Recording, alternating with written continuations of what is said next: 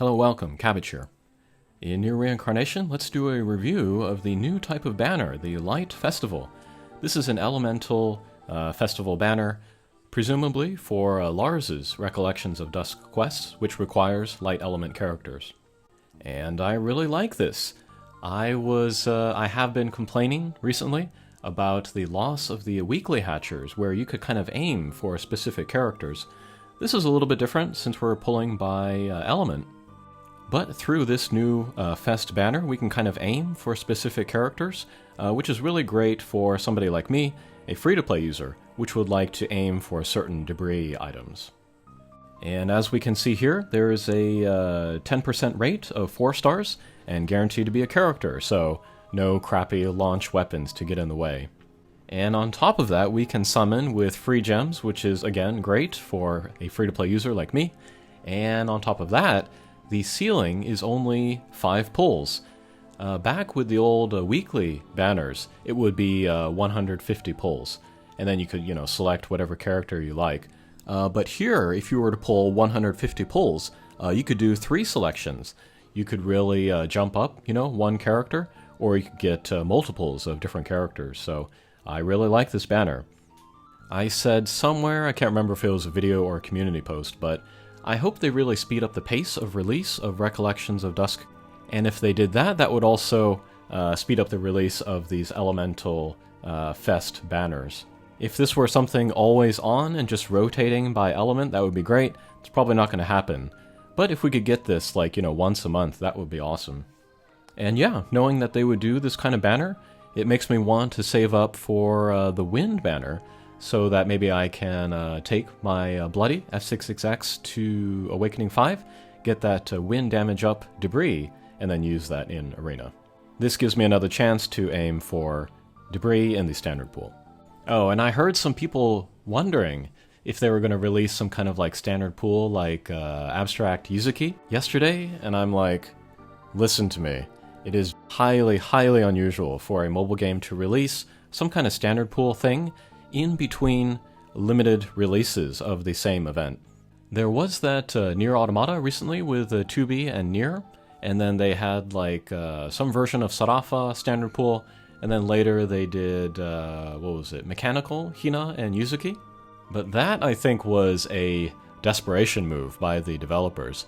They were seeing how well 2B and Nier were selling, and they're like, oh man, we gotta piggyback off of this. There's more demand for these Nier characters than we expected, so let's look at the schedule, let's move up Mechanical, Hina, and Yuzuki, and then call them part of the collaboration, although that's really a stretch. But they weren't able to do it fast enough, which is why there was that gap and then that standard pool release in the middle. Typically, 99% of the time in all mobile games, there's not going to be a standard pool release in between limited releases of one event. Let's get the sad news out of the way first. There are a number of characters not included in the pool of this Light Element Fest. They are collaboration characters like Final Fantasy XIV and Persona, and then Nier Automata with 2P and friends. And then, maybe most sad, is no Priet and no Anniversary Sarafa. If Udil and Sarafa were in this banner, this would be a very easy recommend. I think they're some of the best characters to come out recently, top tier attackers. But they're not in here, so that's too bad. Okay, but here, this is a chart kind of separating guys out by their roles, and then thinking about who would be a good candidate for a first get, and then to use at Awakening 0, or if it's just for their weapon.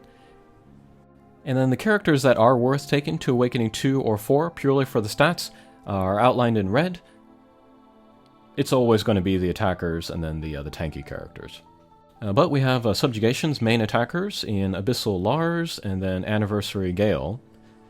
Lars is a little bit difficult to use because he has the slow charge time for his weapon skills, but still very usable, very damaging. And then Anniversary Gale, she is old, but I think also still very usable. Especially if you're 95% of the player base and you're just aiming for SSS 1. Alright, next we have a bunch of Subjugation's supporters, and all of these guys are great and super duper usable at Awakening 0. And then I forgot to make a category for it, but as an arena supporter, New Year's Marie is very good. I'm using her now. And then for arena attackers, we got Yuri and Leon, but I don't know how good they are now with like the release of Summer Yuri. She puts a big damper on agility snipers, which what these two are. And then we have Arena Tanky, and these two I'm also kind of hesitant to talk about. If you have them, go ahead and use them, but I would not pull them from 0 now. Anniversary Demas is kind of power crept by the Summer Yuri. You could certainly use them together, but if you're only going to use one or the other, I would definitely go for Summer Yuri. And then also, because of Summer Yuri, and then her great synergy with Anniversary Udil, Bloody Griff took a hit there as well. Alright, and then finally we have characters where it may be worth to get them for their weapon. Yuri has a nice gun for agility snipers in Arena. Ake has a terrific sword, great sword for PvE. It has both a party heal and then a 30% attack break, which is super duper useful. You kind of want multiples of it, actually. Marie comes with a very fast light element short sword, 14 and 15 seconds cooldown. Noelle has a nice buff for the party for subjugations. Griff has a very damaging gun. You can use it as a sub-weapon. I think it has bold vigor and then regular vigor. And then Lars' sword, this is almost like a Dark Memory class. Very high multipliers, lots of hits. And then both Sadhu and Fio, they have nice weapons as sub-weapons, which will give you both bold vigor and light damage up, so very powerful. Alright, and then we have good candidates to take from Second Awakening to Third Awakening. I listed them all here, but the ones that are really worth it have the red outline. But Yuri, if you want to use her as an agility sniper, you want to get the bold vigor for her, raise her damage. And then Abyssal Lars gets critical rate up. This is nice for him because you're going to be tempted to use the Blight Flowers memoir set in order to speed up his weapon skills, but that will make it hard to raise his critical rate, so to have that built into him is very helpful. And then both Griff and Demas, they get nice kind of defensive stats up, which will be useful as a tanky team in either PvE or Arena. And then finally, last slide, we have good candidates to get the debris, take their awakening from 4 to 5. I always go for the element damage up.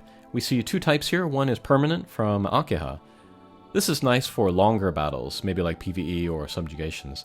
And then we have timed element damage up. This is great for Arena. I think everybody would want at least one of these. But like Lavania, his is especially good because it gives you 35% extra light damage, which is very, very powerful. And then we have a character skill fill from start. This is a debris, more for experts that have something very specific in mind, but very usable. And then finally, we have the only weapon skill haste. This is from Anniversary Sadhu. So yeah, Anniversary Sadhu, even though her character is kind of power crept, both her weapon and then her debris are very good, so she's an attractive choice.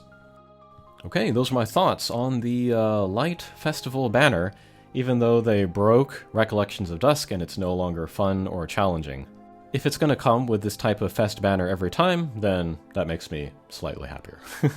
Okay, thanks for watching, and we'll see you again. Take care.